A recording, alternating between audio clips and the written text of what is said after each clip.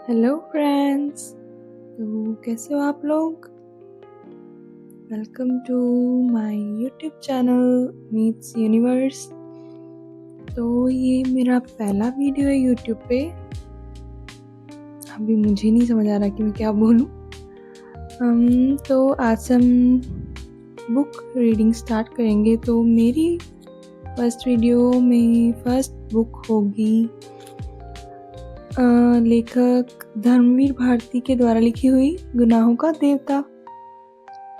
तो चलिए शुरू करें। तो सबसे पहले हम ये पैराग्राफ पढ़ते हैं जिसमें धर्मवीर भारती सर ने लिखा हुआ है। इस उपन्यास के नए संस्करण पर 2 शब्द लिखते हुए मैं समझ नहीं पा रहा हूँ कि क्या लिखूँ। अधिक से अधिक मैं अपनी हार्दिक कृतज्ञता उन सभी पाठकों के प्रति व्यक्त कर सकता हूँ जिन्होंने इसकी कलात्मक अपरिपक्वता के बावजूद इसको पसंद किया है। मेरे लिए इस उपन्यास का लिखना वैसा ही रहा है जैसे पीड़ा के क्षणों में पूरी आस्था से प्रार्थना करना, और इस समय भी मुझे ऐसा लग रहा है जैसे मैं वह प्रार्थना मन ही मन दोहरा रहा हूँ। बस। धर्मवीर भारती।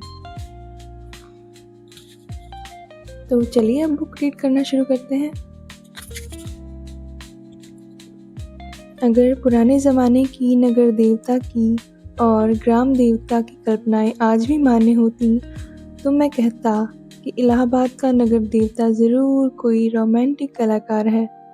ऐसा लगता है कि शहर की बनावट, गठन, जिंदगी और रहन सहन में कोई बंधे बंधाए नियम नहीं है, कोई कसाव नहीं। हर जगह एक स्वच्छंद खुलाव, एक बिखरी हुई सी अनियमितता। बनारस की गलियों से भी पतली गलियां और लखनऊ की सड़कों से चौड़ी सड़कें, यॉर्कशायर और ब्राइटन के उपनगरों का मुकाबला करने वाले सिविल लाइन्स और दलदलों की गंदगी को मात करने वाले मोहल्ले। मौसम में भी कोई सम नहीं, कोई संतुलन नहीं। सुबह मलैजी, दोपहरे अंगारी तो शामी रेशमी। धरती ऐसी कि सहारा के रेगिस्तान की तरह बालू भी मिले, मालवा की तरह हरे भरे खेत भी मिले और ऊसर और पट्टी की भी कमी नहीं। सचमुच लगता है कि प्रयाग का नगर देवता स्वर्ग कुंजों से निर्वासित कोई मनमौजी कलाकार है जिसके सृजन में हर रंग के डोरे हैं। और चाहे जो हो, मगर इधर क्वार, कार्तिक तथा उधर वसंत के बाद और होली के बीच के मौसम से इलाहाबाद का वातावरण नेस्टर्शियम और पैंजी के फूलों से भी ज़्यादा खूबसूरत और आम के बेरों की खुशबू से भी ज़्यादा महकदार होता है। सिविल लाइन्स हो या अल्फ्रेड पार्क, गंगा तट हो या खुसरो बाग, लगता है कि हवा एक नटखट दोशीजा की तरह कलियों के आंचल और लहरों के मिजाज से छेड़खानी करती चलती है। और अगर आप सर्दी से बहुत नहीं डरते तो आप ज़रा एक ओवरकोट डालकर अपने सुबह सुबह घूमने निकल जाएं तो इन खुली हुई जगहों की फिजा इटलाकर आपको अपने जादू में बांध लेगी। खास तौर से पाँव फटने तक के पहले तो आपको एक बिल्कुल नई अनुभूति होगी। वसंत के नए नए मौसमी फूलों के रंग से मुकाबला करने वाली हल्की सुनहरी बाल सूर्य की अंगुलियां सुबह की राजकुमारी के गुलाबी वक्ष पर बिखरे हुए भौराले गेंसुओं को धीरे धीरे हटाती है और क्षितिज पर सुनहली तरुणाई बिखर पड़ती है। एक ऐसी ही खुशनुमा सुबह थी जिसकी कहानी मैं कहने जा रहा हूँ। वह सुबह से भी ज़्यादा मासूम युवक प्रभाती गाकर फूलों को जगाने वाले देवदूत की तरह अल्फ्रेड पार्क के लॉन पर फूलों की सरजमी के किनारे किनारे घूम रहा था। कत्थई स्वीप टपी के रंग का पश्मीने का लंबा कोट जिसका एक कॉलर उठा हुआ था और दूसरे कॉलर में सरों की एक पत्ती बटन में हॉल में लगी हुई थी। सफ़ेद मक्खन जीन की पतली पैंट और पैरों में सफ़ेद जरी की पेशावरी सैंडलें, भरा हुआ गोल चेहरा और ऊंचे चमकते माथे पर झूलती हुई एक रूखी भूरी लट। चलते चलते उसने एक रंग बिरंगा गुच्छा इकट्ठा कर लिया था और रह रह कर उसे सूंघ लेता था। पूरब के आसमान की गुलाबी पंखुड़ियां बिखरने लगी थीं और सुनहरे पराग की एक बौछार सुबह के ताजे फूलों पर बिछ रही थी। अरे, सुबह हो गई, उसने चौंक कर कहा और पास की एक बेंच पर बैठ गया। सामने से एक माली आ रहा था। क्यों जी, लाइब्रेरी नहीं खुली क्या? अभी नहीं बाबूजी, उसने जवाब दिया। वो फिर संतोष से बैठ गया और फूलों की पंखुड़ियां नोचकर नीचे फेंकने लगा। जमीन पर बिछाने वाली सोने की चादर की परतों पर परतें बिछती जा रही थी और पेड़ों की छायाओं का रंग गहराने लग गया था। उसकी बेंच के नीचे फूलों की चुनी हुई पत्तियां बिखरी थीं और अब उसके पास सिर्फ एक फूल बाकी रह गया था। हल्के फालसाई रंग के उस फूल पर गहरे बैंगनी डोरे थे। हेलो कपूर, सहसा किसी ने पीछे से कंधे पर हाथ रखकर कहा। यहाँ क्या झक मार रहे हो सुबह सुबह? उसने मुड़कर पीछे देखा। आओ ठाकुर साहब, आओ बैठो यार, लाइब्रेरी खुलने का इंतजार कर रहा हूँ। क्यों, यूनिवर्सिटी लाइब्रेरी चाट डाली? अब इसे तो शरीफ लोगों के लिए छोड़ दो। हाँ, शरीफ लोगों के लिए ही छोड़ रहा हूँ। डॉक्टर शुक्ला की लड़की है ना, वो इसकी मेंबर बनना चाहती थी तो मुझे आना पड़ा। उसी का इंतजार भी कर रहा हूँ। डॉक्टर शुक्ला तो पॉलिटिक्स डिपार्टमेंट में है। नहीं, गवर्नमेंट साइकोलॉजी ब्यूरो में है। और तुम पॉलिटिक्स में रिसर्च कर रहे हो? नहीं, इकोनॉमिक्स में। बहुत अच्छे, तो उनकी लड़की को सदस्य बनवाने आए हो? कुछ अजब स्वर में ठाकुर ने कहा। छी, कपूर ने हंसते हुए कुछ अपने को बचाते हुए कहा। यार, तुम जानते हो कि उनसे कितना घरेलू संबंध है। जब मैं प्रयाग में हूँ, उन्हीं के सहारे हूँ और आजकल तो उन्हीं के यहाँ पढ़ता लिखता भी हूँ। ठाकुर साहब हंस पड़े। अरे भाई, मैं डॉक्टर शुक्ला को जानता नहीं क्या? उनका सा भला आदमी मिलना मुश्किल है। तुम सफाई व्यर्थ में दे रहे हो। ठाकुर साहब यूनिवर्सिटी के उन विद्यार्थियों में से थे जो बराए नाम विद्यार्थी होते हैं और कब तक वे यूनिवर्सिटी के सुशोभित करते रहेंगे इसका कोई निश्चय नहीं। एक अच्छे खासे रुपए वाले व्यक्ति थे और घर के ताल्लुकेदार, हंसमुख, फप्तियां कसने में मजा लेने वाले मगर दिल के साफ, निगाह के सच्चे। बोले, एक बात तो मैं स्वीकार करता हूँ कि तुम्हारी पढ़ाई का सारा श्रेय डॉक्टर शुक्ला को है। तुम्हारे घर वाले तो कुछ खर्चा भेजते नहीं, उनसे अलग ही होकर आया था। समझ लो कि इन्होंने किसी न किसी बहाने मदद की है। अच्छा, आओ, तब तक लोटस पॉन्ड, कमल सरोवर तक ही घूम ले, फिर लाइब्रेरी भी खुल जाएगी। दोनों उठकर एक कृत्रिम कमल सरोवर की ओर चल दिए जो पास ही में बना हुआ था। सीढ़ियां चढ़कर ही उन्होंने देखा कि एक सज्जन किनारे बैठे कमलों की ओर एक टक देखते हुए ध्यान में तल्लीन है। छिपकली से दुबले पतले बालों की एक लट माथे पर झूमती हुई। कोई प्रेमी है या कोई फिलोसोफर? देखा ठाकुर? नहीं यार, दोनों से निकृष्ट कोटि के जीव हैं। ये कवि हैं, मैं जानता हूँ इन्हें। ये रविंद्र बिसरिया है, MM में पढ़ता है। आओ मिलाएं तुम्हें। ठाकुर साहब ने एक बड़ा सा घास का तिनका तोड़कर पीछे से चुपके से जाकर उनकी गर्दन गुदगुदाई। बिसरिया चौंक उठा, पीछे मुड़कर देखा और बिगड़ गया। ये क्या बदतमीजी है ठाकुर साहब? मैं कितने गंभीर विचारों में डूबा था। और सहसा बड़े विचित्र स्वर में आंखें बंद कर बिसरिया बोला, आह, कैसा मनोरम प्रभात है। मेरी आत्मा में घोर अनुभूति हो रही थी। कपूर बिसरिया की मुद्रा पर ठाकुर साहब की ओर देखकर मुस्कुराया और इशारे में बोला, है यार, शक्ल की छोड़ो जरा। ठाकुर साहब ने तिनका फेंक दिया और बोले, माफ करना भाई बिसरिया, बात यह है कि हम लोग कवि तो नहीं, इसलिए समझ नहीं पाते। क्या सोच रहे थे तुम? बिसरिया ने आंखें खोली और एक गहरी सांस लेकर बोला, मैं सोच रहा था कि आखिर प्रेम क्या होता है, क्यों होता है, कविता क्यों लिखी जाती है, फिर कविता के संग्रह उतने क्यों नहीं बिकते जितने उपन्यास या कहानी संग्रह? बात तो गंभीर है, कपूर बोला। जहाँ तक मैंने समझा और पढ़ा है, प्रेम एक तरह की बीमारी होती है, मानसिक बीमारी, जो मौसम बदलने के दिनों में होती है, मसलन क्वार, कार्तिक या फागुन, चैत। उसका संबंध रीढ़ की हड्डी से होता है और कविता एक तरह का सन्निपात होता है। मेरा मतलब आप समझ रहे हो मिस्टर सिबरिया? सिबरिया नहीं, बिसरिया, ठाकुर साहब ने टोका। बिसरिया ने कुछ उजलत, कुछ परेशानी और कुछ गुस्से से उनकी ओर देखा और बोला, क्षमा कीजिए, आप या तो फ्रायडवादी हैं या प्रगतिवादी, और आपके विचार सर्वदा विदेशी हैं। मैं इस तरह के विचारों से घृणा करता हूँ। कपूर कुछ जवाब देने ही वाला था कि ठाकुर साहब बोले, अरे भाई, बेकार उछल गए तुम लोग, पहले परिचय तो कर लो आपस में।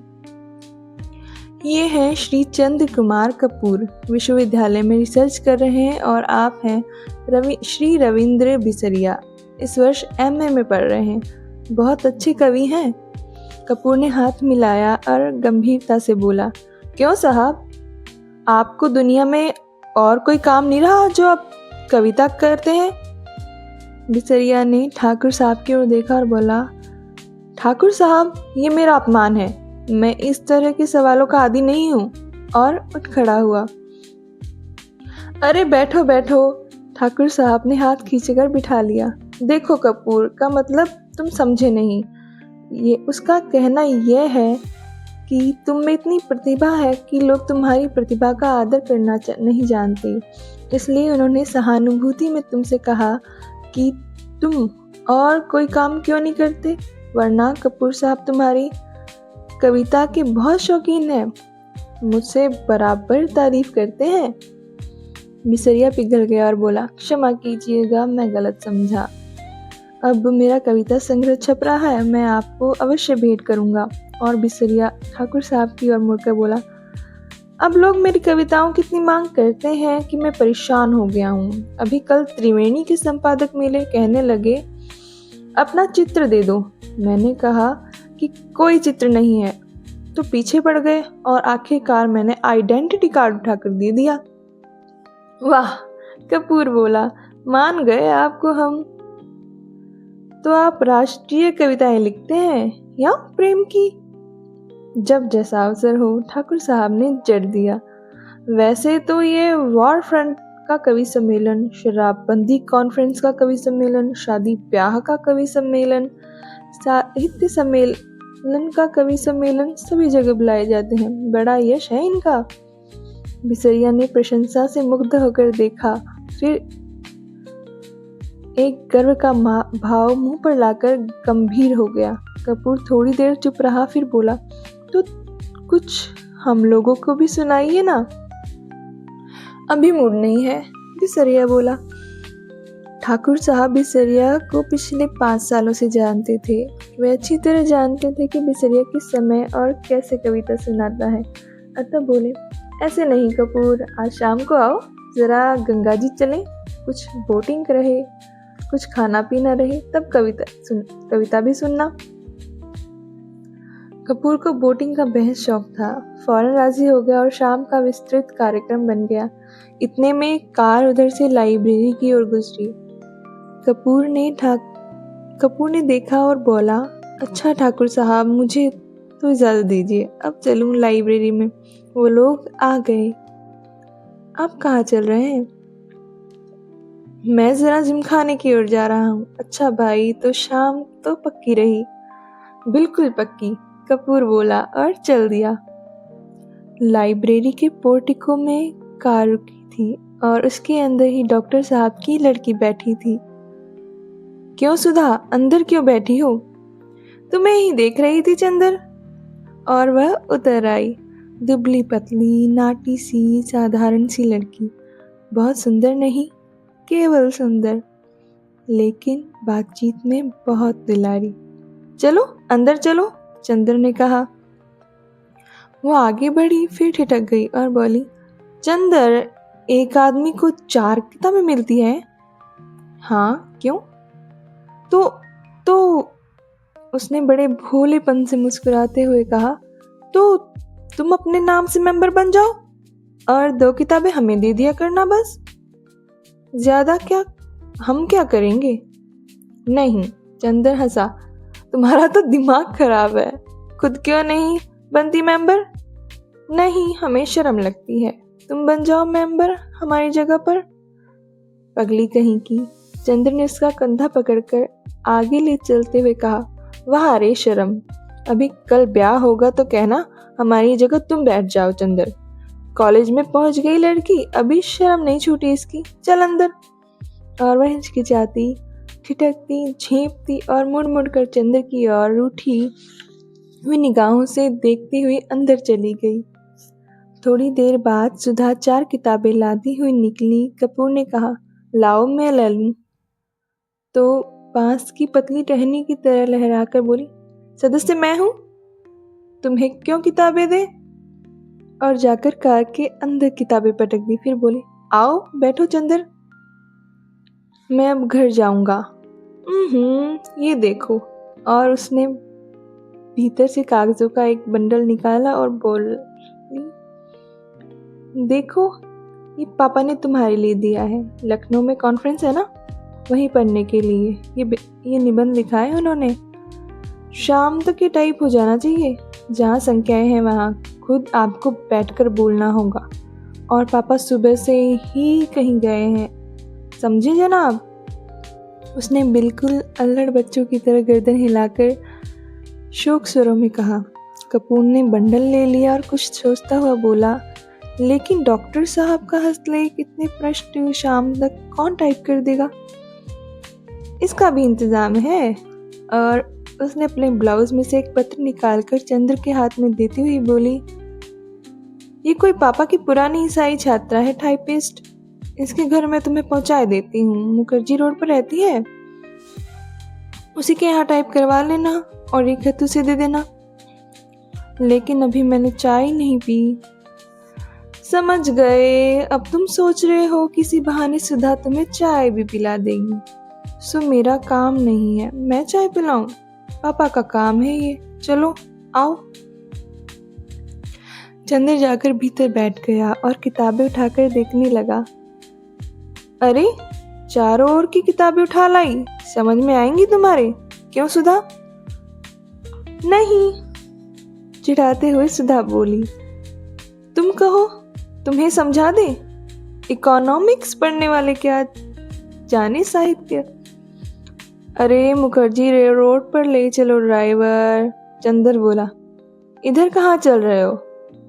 नहीं, पहले घर चलो। सुधा बोली, चाय पी लो तब जाना। नहीं, मैं चाय नहीं पीऊंगा। चंदर बोला, चाय नहीं पीऊंगा? वाह वाह। सुधा की हंसी में दूधिया बचपन छलक उठा। मुंह तो सूकर गोभी हो रहा है, चाय नहीं पिएंगे।